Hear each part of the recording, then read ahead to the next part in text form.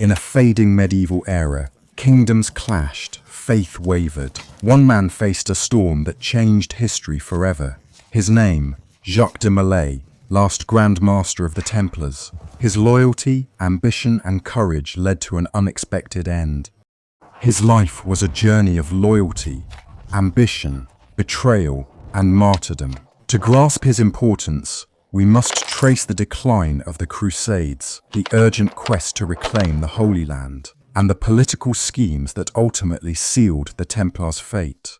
The Knights Templar began in 1119, establishing a powerful force, merging monastic commitment with strict military discipline. Their white mantles, adorned with red crosses, symbolized courage and sacrifice. By the mid-13th century, they weren't just warriors, they were also financiers, managing vast wealth. Their core identity remained focused on defending Christendom in the Holy Land. Jacques de Molay was born about 1240 in Molay, a village in Burgundy, France. He joined the order as a young man, motivated by faith and a dedication to service. His initial years were spent in the East, where crucible of conflict that de Molay honed his art of war and developed leadership discipline. The year 1291 proved pivotal in Crusader history.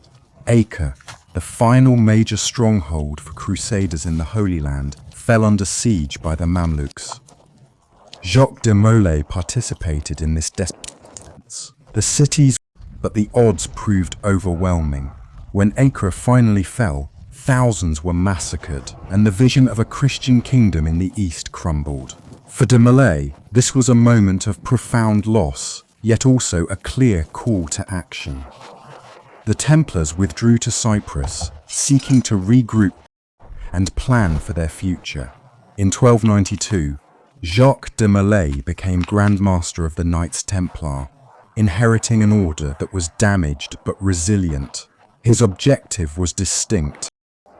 He restructured the order's assets and boosted its naval power, initiating diplomatic efforts across Europe to gather support. His leadership demonstrated unwavering resolve. One of de Molay's most notable military campaigns was his effort to establish a forward base on the island of Ruad, located off the Syrian coast. In 1300, Templars, with other Crusader armies, initiated raids into the Levant. Ruad was selected as a staging point for future campaigns. De Molay supervised the island's fortification and troop garrisoning. However, in 1302, the Mamluks attacked with overwhelming force. The island's defenders fought bravely, but the island succumbed. Many Templars died or were captured, shattering the dream of a renewed crusade. Ruad in the Holy Land. Despite Ruad's failure, de Molay never relinquished his vision. He traveled widely across Europe, consulting with monarchs and church leaders. He urged them to unify for a new crusade. His impassioned appeals, however, faced the era's harsh political realities. Kings focused more on their rivalries, and the papacy was embroiled in conflicts with secular. De Molay's persistent efforts showed his unwavering commitment, yet they also exposed the Templars' increasing isolation. By the early 14th century, the Templars accumulated vast wealth from donations, landholdings, and financial services. Their advanced banking system allowed monarchs to deposit and withdraw funds across continents. However, this immense wealth sparked envy and deep suspicion. King Philip IV of France, known as Philip the Fair, owed the Templars a massive debt. His determination to clear this debt.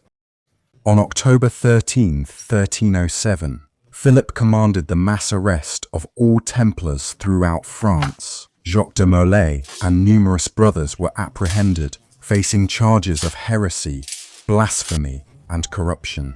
These charges, under torture, some confessed.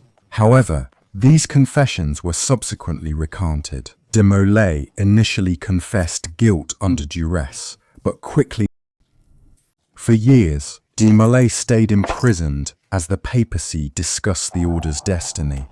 Pope Clement V, under Philip's pressure, ultimately agreed to disband the Templars. Yet, de Molay never stopped his defiance intensified with each passing year.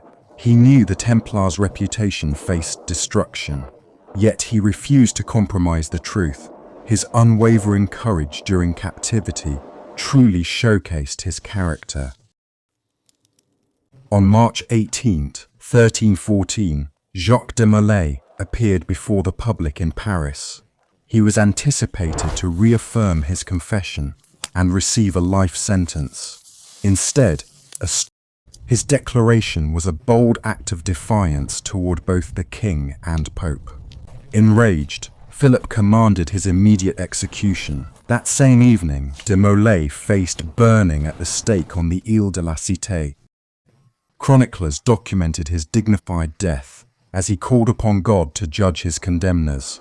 The execution of Jacques de Molay signaled the official end of the Knights Templar order, yet his legacy persisted.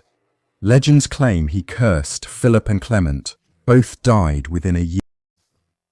Their story fueled countless myths, from hidden treasures to secret societies. However, beyond the legends, Jacques de Molay's true history endures as a powerful narrative of faith, courage, and ultimate betrayal. His wartime contributions weren't gauged by victories, but by sheer persistence. He battled at Acre and spent years pushing for renewed campaigns. His leadership sustained the Templars through their final decades, even as the historical tide shifted against them. His final defiance ensured the order's memory would never vanish. In many ways, his life exemplified the Templars' paradox: warriors without battlefield and bankers without protection. Their destiny was sealed not by wartime defeat, but by political betrayal. De Molay's narrative also uncovers the changing dynamics of medieval power. The Crusades had once unified Europe for a common cause, but by the De Molay's struggle extended beyond external enemies. It was also against the erosion of unity within Christendom itself.